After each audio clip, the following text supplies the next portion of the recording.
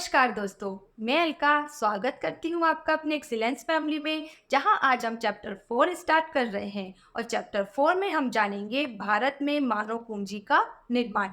यह हमें जानना है।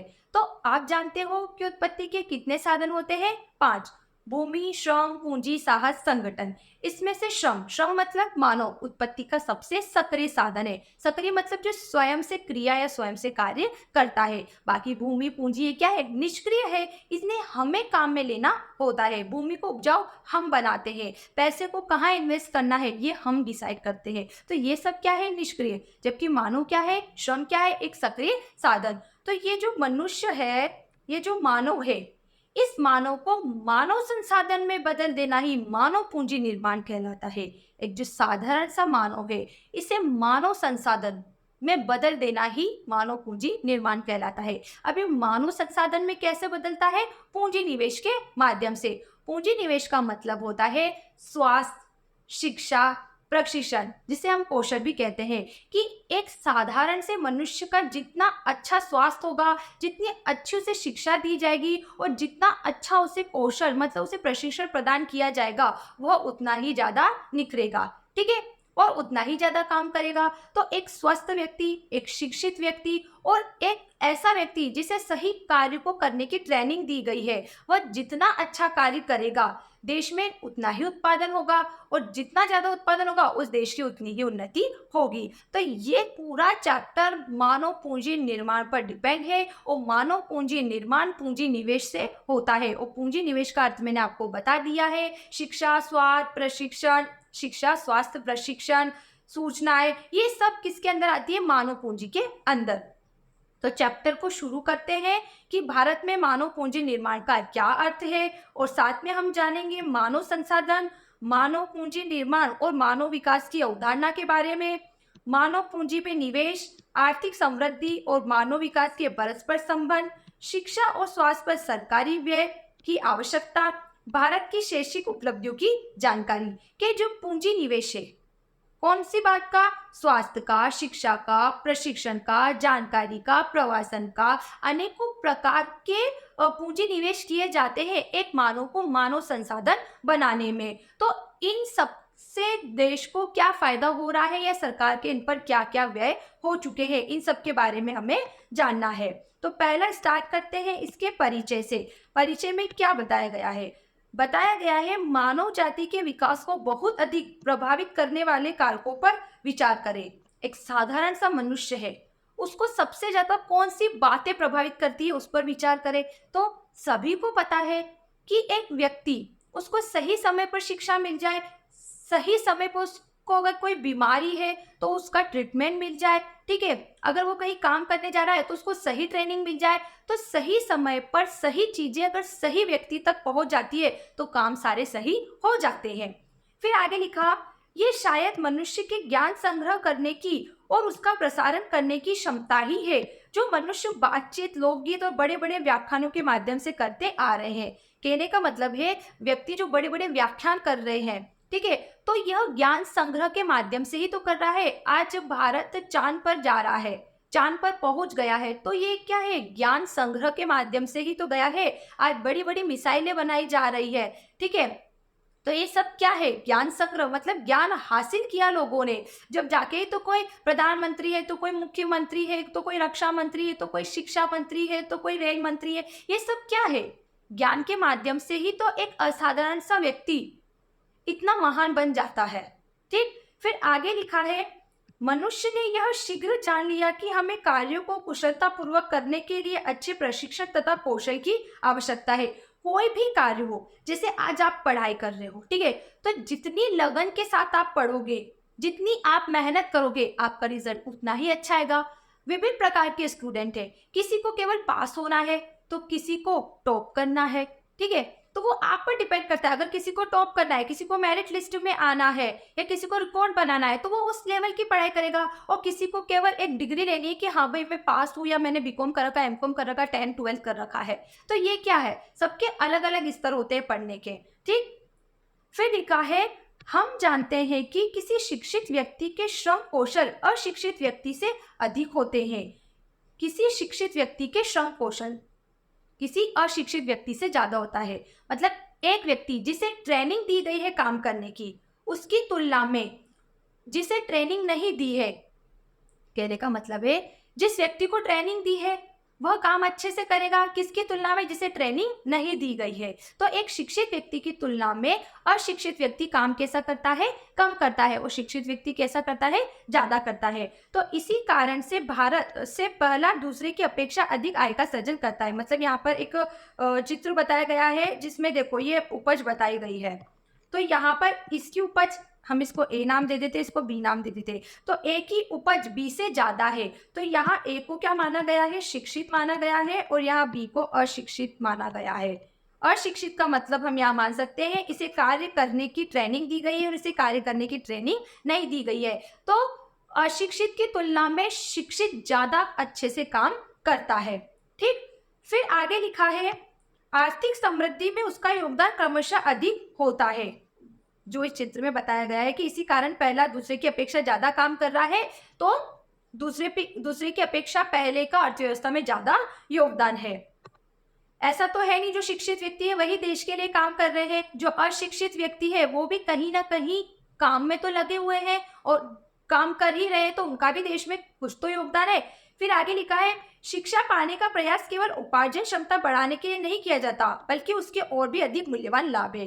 कहने का मतलब है कि आप शिक्षा इसलिए हासिल नहीं करते कि उससे आपको फायदा ही हो। शिक्षा ऐसी होनी चाहिए जो व्यक्ति के व्यक्तित्व का निर्माण करे। शिक्षा व्यक्ति कागज तक सीमित ना रखे कि हाँ बस आज मैं आपको जो पढ़ा रही हूँ आप उसको ऐसे कैच करो कि बस मुझे ऐसे ही लाइन टू लाइन लिखना है जैसे जैसे दीदी हमको समझा रही है। आपको ये सारी बातें देश के बारे में क्यों बताई जा रही है? ताकि आप भी इन समस्याओं को समझो और इसको सुलझाने का प्रयास करो। जरूरी नहीं है जो प्रधानमंत्री है वही देश की समस्याओं को सुलझाएगा। सभी को अपना मत देने का अधिकार है, सभी को अपने मन में जो भी विचार है उसको प्रकट करने का अधिकार है। तो आप इन चीजों को इस तरीके से समझो कि आप भी इन समस्याओं को सुलझा सको।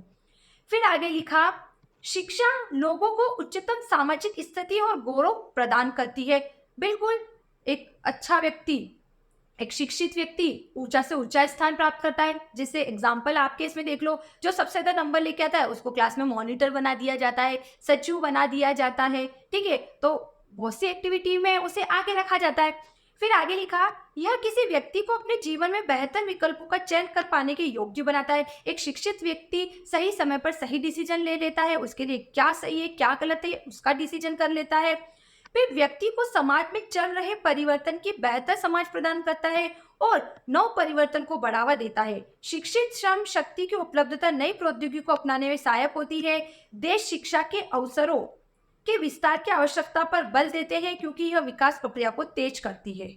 शिक्षित व्यक्ति ही देश का विकास करता है। जितना ज्यादा आप शिक्षा का विकास करोगे उतना ज्यादा देश का विकास होगा, क्योंकि देश का विकास नई नई टेक्नोलॉजी से होता है, नए नए परिवर्तनों से होता है। तो इन नए परिवर्तन नए टेक्नोलॉजी को अपनाने के लिए शिक्षा होना जरूरी है। अगर आपके पास इन टेक्नोलॉजी का उपयोग करने के लिए शिक्षा नहीं है तो आप इसका उपयोग नहीं कर पाओगे और देश का विकास भी नहीं होगा। तो ये हमारा यहाँ परिचय हो जाता है। अब हम स्टार्ट करेंगे मानव पूंजी क्या है।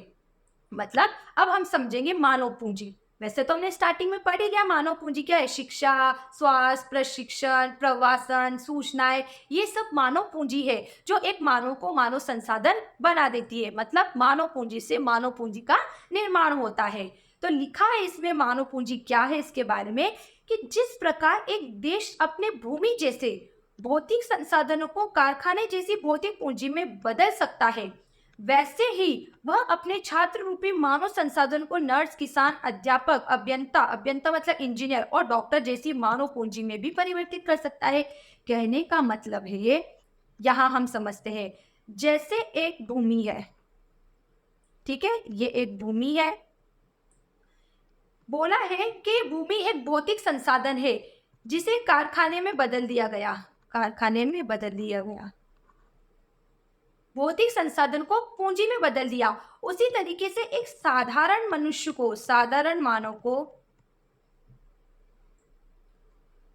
मानव संसाधन में बदला जा सकता है।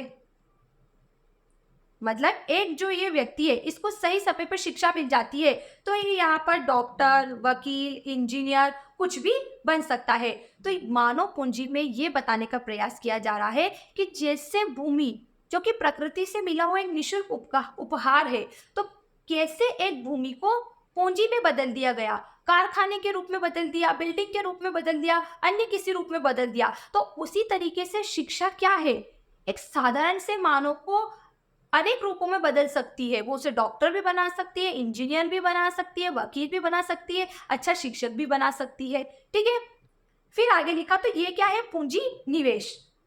शिक्षा, स्वास्थ्य, कौशल, इन सबको पूंजी निवेश कहा जाता है। पूंजी निवेश से ही मानव पूंजी का निर्माण होता है। इस बात को याद रखना क्योंकि यही बात चैप्टर के लास्ट तक चलेगी।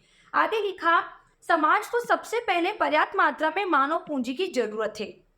हमने ये तो सोच लिया कि एक साधारण से मनुष्य को हम डॉक्टर, वकील में बदल सकते हैं, लेकिन कैसे, मानव पूंजी के माध्यम से। तो एक समाज को सबसे ज्यादा मानव पूंजी की आवश्यकता है जो ऐसे योग्य व्यक्तियों के रूप में अधिक होती है जो पहले स्वयं प्रशिक्षित हो चुके हो, वो प्रोफेसर आदि के रूप में कार्य करने योग्य है। मतलब मनुष्य को मानव पूंजी की आवश्यकता है। मानव पूंजी एक ऐसा मूल्य है जो एक व्यक्ति दूसरे व्यक्ति तक पहुंचाता है। जैसे शिक्षक हो गया, टीचर हो गए, डॉक्टर हो गए, ठीक है, ये क्या करते हैं, अपने कौशल से, ठीक है, अपने कौशल से दूसरे व्यक्तियों का क्या करते हैं, विकास करते हैं। जैसे आज मैं आपको पढ़ा रही हूँ तो आपको पढ़ाने के लिए पहले मैंने पढ़ा है, ठीक है, उसके बाद मैं आपको पढ़ा रही हूँ, ठीक है।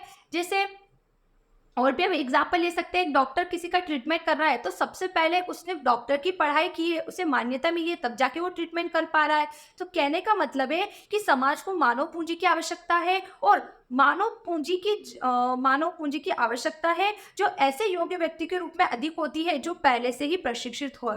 मतलब मानव पूंजी उन व्यक्तियों में सबसे ज्यादा होती है जिनके अंदर मानव पूंजी का निवेश कर दिया गया है। मानव पूंजी ऐसे व्यक्तियों में सबसे ज्यादा होती है जिसमें मानव पूंजी का निवेश कर दिया जाता है। जैसे एक छात्र है, ठीक है, वह डॉक्टर कब बनेगा, जब उसमें मानव पूंजी का निवेश होगा। जब उसे डॉक्टर की पढ़ाई कराई जाएगी तभी तो क्या होगा, डॉक्टर बनेगा। ठीक, फिर आगे लिखा, दूसरे शब्दों में हमें अन्य मानव पूंजी जैसे नर्स, किसान, अध्यापक, डॉक्टर, इंजीनियर आदि को तैयार करने के लिए शिक्षकों, प्रशिक्षकों के रूप में बेहतर मानव पूंजी की आवश्यकता होती है। मानव पूंजी हम उन्हें बोलेंगे जिनके अंदर, मानव पूंजी हमने बोला ना, जिसके अंदर जिस मानव पूंजी शिक्षा, स्वास्थ्य, प्रशिक्षण को मानव पूंजी कहा जाता है। तो मानव पूंजी ऐसे व्यक्तियों के अंदर सबसे ज्यादा होती है जिनमें पहले ही मानव पूंजी का निवेश हो गया हो। जैसे एक टीचर, जैसे आज मैं आपको पढ़ा रही हूँ तो मेरे अंदर मानव पूंजी का निवेश किया गया है, मुझे पढ़ाया गया है, मैं पढ़ चुकी हूँ, उसके बाद मैं आपको पढ़ा रही हूँ। ठीक, फिर आगे लिखा है, इसका अर्थ यह है कि हमें मानव संसाधनों को मानव पूंजी के रूप में परिवर्तित करने के लिए मानव पूंजी निवेश करने की आवश्यकता है। मानव को मानव संसाधन बनाने के लिए मानव पूंजी की आवश्यकता है। तो कुल मिला के हमारा जो यहाँ पे प्रश्न पूछा गया है कि मानव पूंजी क्या है, तो आप बोल सकते हो मानव पूंजी अच्छा स्वास्थ्य, अच्छी शिक्षा, अच्छा कौशल, ये सब मानव पूंजी है जो एक साधारण से व्यक्ति को नर्स, डॉक्टर, वकील, इंजीनियर में बदल देती है और इसे ही मानव पूंजी का निर्माण कहते हैं। ठीक, फिर आगे लिखा है यहाँ, आइए इन प्रश्नों के माध्यम से मानव पूंजी के अर्थ को कुछ अधिक स्पष्ट रूप से जानने का प्रयास करें। मानव पूंजी के स्रोत जानेंगे, क्या किसी देश की आर्थिक समृद्धि और वहां की मानव पूंजी में कोई संबंध होता है। किसी देश का विकास क्या मानव पूंजी के माध्यम से हो रहा है, मतलब अच्छी शिक्षा, अच्छे स्वास्थ्य, अच्छे कौशल से हो रहा है, बिल्कुल हो रहा है। क्या मानव पूंजी के निर्माण का संबंध मनुष्य के सर्वांगीण विकास से है जिसे आमतौर पर मानव विकास के रूप में कहा जाता है। बिल्कुल, एक एजुकेटेड व्यक्ति सभी जगह अपनी पहचान, सभी जगह एक अच्छा स्थान प्राप्त करता है, सभी जगह उसका सम्मान होता है। ठीक है, तो जितनी अच्छी शिक्षा होगी उतना ही अच्छा व्यक्ति का विकास होगा। और अगला लिखा है यहाँ पर, भारत में मानव पूंजी के निर्माण में सरकार की क्या भूमिका हो सकती है। इन चारों ही क्वेश्चन के एक एक करके हम आंसर जानेंगे। अभी आपको यहाँ तक जो भी डाउट है सबसे पहले उसे क्लियर करें।